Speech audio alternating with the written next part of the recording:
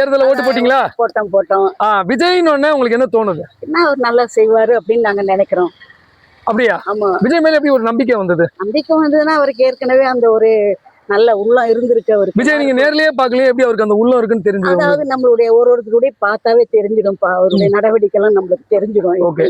விஜய் மேல ஒரு நம்பிக்கை கிடைச்சிருச்சு. நம்பிக்கை இருக்கு. அவர் எல்லாம் செய்வாரு பண்ணுவாரு அப்படின்ற ஒரு நம்பிக்கை இருக்கு. இப்போ நான் முதியோர் பென்ஷன் வாங்கிட்டு இருக்கேன். 1000 ரூபாய் வாங்கிட்டு இருக்கேன். அப்படியே மேற்கொண்டு எதனா கொடுப்பாருன்ற ஒரு நம்பிக்கை. அதுவும் நான் எதிர்பார்க்கல.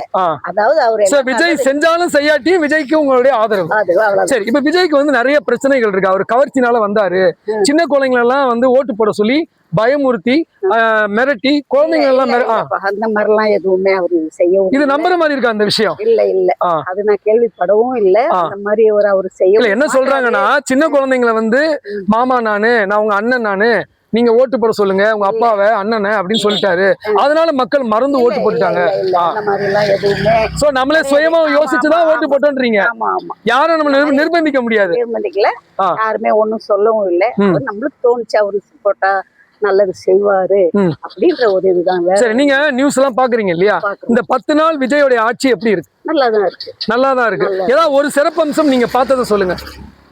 சிறப்பம்சம்னா இப்ப என்ன, அந்த குடி இது இருக்குது, அவர் இது பண்ணிட்டாரு.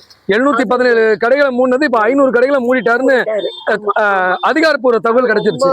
சந்தோஷம். எல்லாரும் குடும்பத்துக்கும் ரொம்ப சந்தோஷம். இது கூட என்ன சொல்றாங்க, திமுக அரசு நாங்க ஏற்கனவே மூடிட்டோமே அப்படின்றாங்களே. இல்ல இவர் வந்து இப்ப உடனே 10 நாளுக்குள்ள இது செஞ்சது ரொம்ப சந்தோஷம். நீ அவர் நினைச்சிருந்தா நம்ம மெதுவா யோசிச்சு ரிலாக்ஸ் பண்ணி பண்ணிருக்கலாம். இது வரைக்கும் இந்த ஆட்சியில அந்த மாதிரி சொன்ன இது மாதிரி ஒரு நடக்கவே இல்ல. ஒரு மிராக்கிள் நடக்கவே இல்ல. இப்போ ஒரு 10 நாளுக்குள்ள அவர் இவ்வளவு இது பண்ணிருக்காரு. அதனால ரொம்ப சந்தோஷம். சரி, நீங்க விஜய் அவர்களுக்கு என்ன சொல்ல விரும்புறீங்க? அவர் ஆட்சியில நல்லா நீடிக்கணும். நல்லா என்ன எதிர்பார்க்கறீங்க? நீங்க ஒரு சீனியர் சிட்டிசனா விஜய்ட்ட என்ன எதிர்பார்க்கறீங்க? எதிர்பார்க்கலாம் இல்லப்பா, அவருக்கு நல்ல பேர் கிடைக்கணும், அவ்வளவுதான். வேற அவர் இந்த மாதிரி கொடுப்பாரு எதிர்பார்க்கலாம் இல்ல. நாங்க நல்லது செய்யணும், நாட்டுக்கு நல்லது செய்யணும். விஜய் நல்லது செய்யணும், அதான் உங்களுடைய ஆசை. எங்களுக்கு பழையங்களுக்கெல்லாம் செய்யணும். இந்த குடி போதை இருக்கிறவங்க குடியும் முக்கால்வாசி அதை அழிச்சாவே எல்லாமே நல்லா இருக்கும். நாடே நல்லா இருக்கும். குடிய அழிச்சுட்டா நாடு நல்லாயிடும். அதுதான் ஒரே மைனஸ். ஆமா, ஏன்னு கேட்டீங்கன்னா குடும்பத்துக்கு, ஏழை குடும்பத்துக்கு அதெல்லாம் ரொம்ப முக்கியமானது அது. ஏன்னா அது நானும் அனுபவப்பட்டிருக்கிறேன். அப்படியா? ஆமா, நான் என்னுடைய பிள்ளையாலே அனுபவப்பட்டிருக்கேன். ஓகே.